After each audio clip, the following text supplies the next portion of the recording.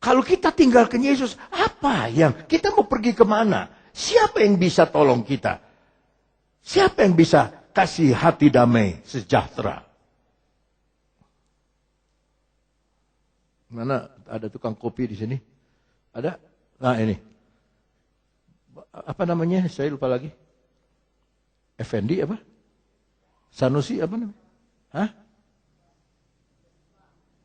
Bukan Pak. Muhyiddin. Ini Muhyiddin yang sama-sama Ahok, saudara. Dia dari Belitung, ini Muhyiddin. Dia baru datang dari rumah saya, dia cerita bagaimana dia ketemu Yesus. Dia sedang masuk ke dalam kolam yang banyak, macam-macam. Lumut, dia takut mati. Tapi Yesus bilang, kamu tidak akan mati. Kamu tidak akan mati. Dan Pak Muhyiddin ini 25 tahun ikut Gohonson.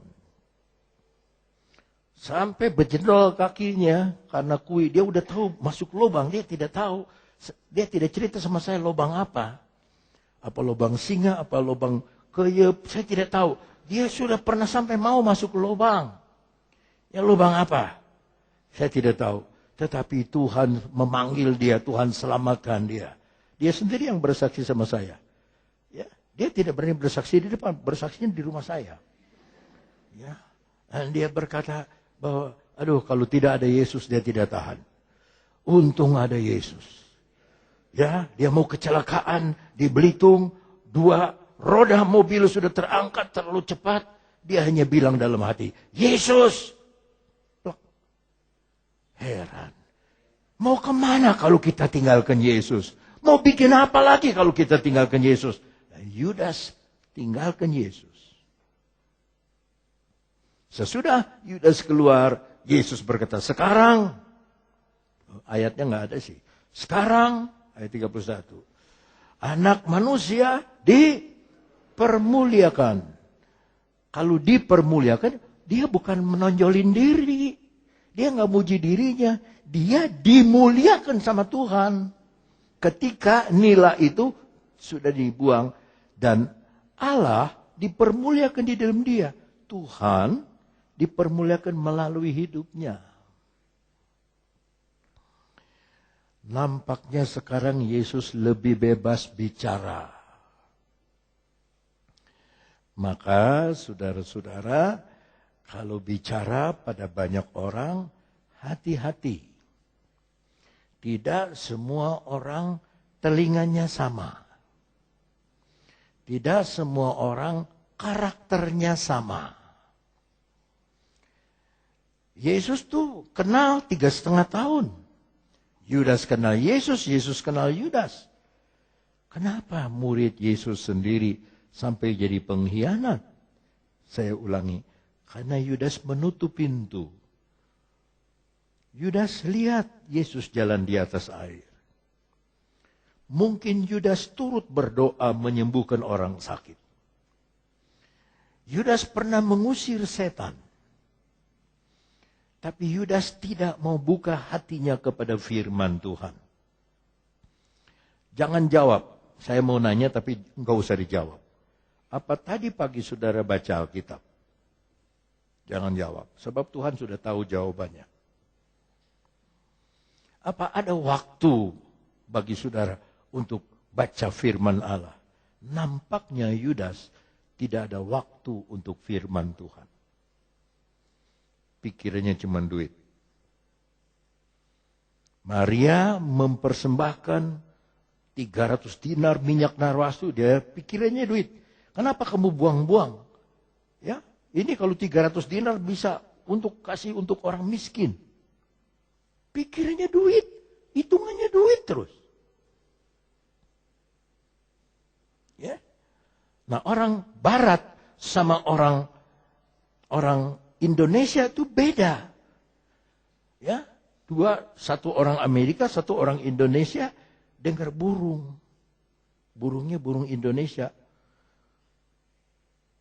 Burung Indonesia itu bunyinya tweet, tweet, tweet, tweet, tweet. Bagi orang Indonesia, wah ini burung bagus nih. Dia ngomongnya tweet, tweet, tweet. Tapi Tapi bagi orang Amerika dia senang juga. Tapi maksudnya do it artinya kerjakan. Yang satu bilang do it, kerjakan, amen. Yang satu amennya do it, amen. Nah, banyak orang Kristen, saya tidak tahu apakah saudara orang Barat, apakah saudara orang Indonesia. Sebab kalau saudara orang Indonesia, duit yang dipikirkan. Tetapi kalau saudara orang seperti orang Barat, kerja yang dipikirkan. Kerja. Kalau ini, lui. Padahal burungnya sama. Nah, orang Indonesia sama orang Jepang juga beda. Orang Jepang berhenti di cek buntuan. Makan kacang asin, cap beringin. Ini kacang dari dulu sampai sekarang nggak berubah. Ada pahitnya, ada yang enak, yang busuk dan yang bagus dicampur. Cing atau ya yang busuk teh jangan atau ini mung rugi. Ya. Tapi ini ada yang makan kacang di sebelahnya orang Jepang, dibuangin kulitnya. Kenapa dibuangin kulit? Ketawa orang Indonesia, ya siapa mau makan kulit kacang? Ini siapa yang mau makan kulit kacang? Kata orang Jepang itu, di Jepang ini kulit kacang dibikin pupuk. Coba, orang Indonesia mah sampah kulit kacang. Di Jepang mah pupuk. Satu kali orang Jepang bawa orang Indonesia naik di atas Kalimantan. Kata orang Jepang sama orang Indonesia, apa yang kamu lihat di situ? Orang Indonesia lihat hutan, ya apalagi sungai, ya apalagi mungkin di hutan itu ada monyet, ada beruang, apalagi ya udah nggak ada lagi, ya itu aja tanah sungai itu, tuh ada kampung tuh, itu aja. Orang Jepang bilang kalau saya enggak, yang saya lihat di situ ada batu bara. Ada gas, ada kabinet televisi, ada meja, ada kursi. Kekayaannya luar biasa. Ada rumah yang dibangun, ada kayu yang mahal. Ada dolar di situ. Beda sama orang Indonesia. Monyet, beruang. Nah, bagi siswa-siswi yang akan pergi, bagaimana saudara melihat ladang Tuhan? Kalau saudara cuma lihat dengan mata jasmani, saudara akan lihat hanya monyet dan beruang. Percobaan saja. Tapi kalau saudara mempunyai pandangan yang lain, seperti orang Jepang, ya, visi itu akan menghasilkan misi. Ya, tadi yang bilang berkhayal, itu sebetulnya visinya, vision.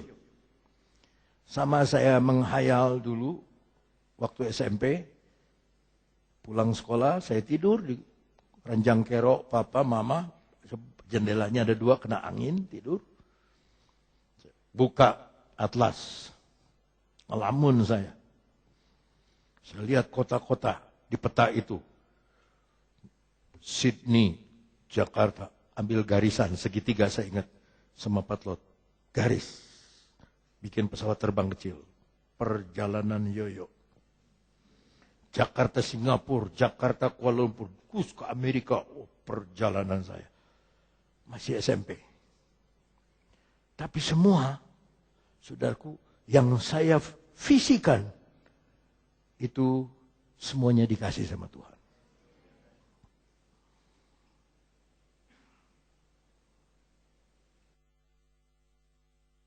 Saksofon yang saya ingin, orang nggak sangka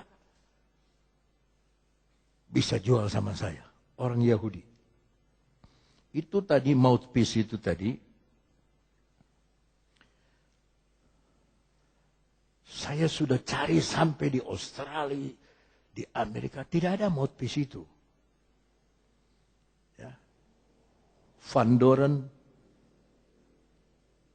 T9, V16, paling berat, tapi suaranya paling enak.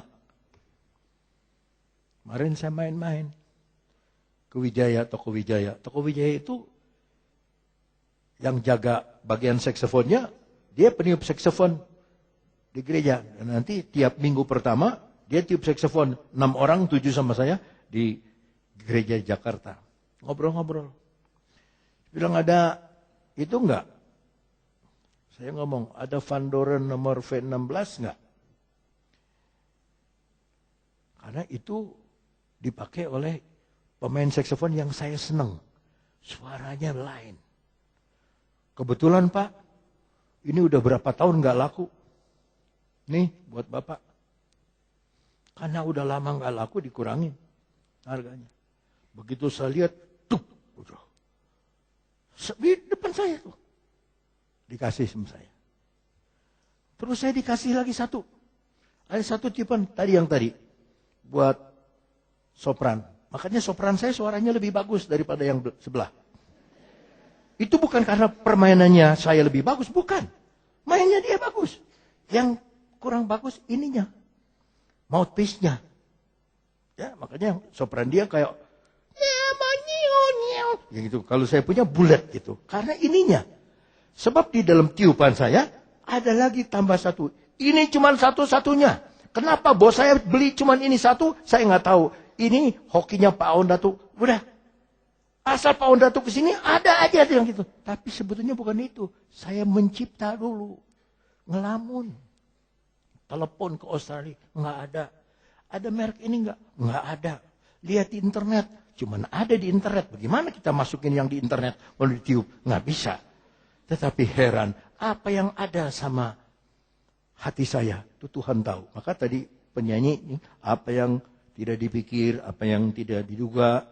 Itu disediakan Tuhan. Jadi sebetulnya di hari depan, Tuhan menyediakan yang baik buat saudara. Asal jangan tinggalkan Yesus. Jangan tinggalkan Tuhan. Nah, ada satu pokok pembicaraan yang istimewa yang Yesus sampaikan kepada muridnya setelah Yudas keluar. Yohanes 13 ayat 34 dan 35. Yohanes 13 ayat 34 dan 35. Aku memberikan perintah baru kepada kamu. Perintah apa saudara? Perintah baru. Berarti ada perintah yang lama. Perintah baru. Yaitu supaya kamu saling mengasihi.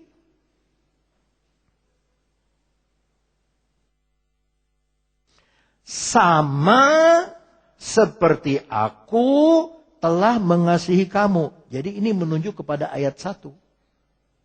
Sebab dalam ayat 1 Yesus mengasihi sampai kepada akhirnya. Tidak berubah.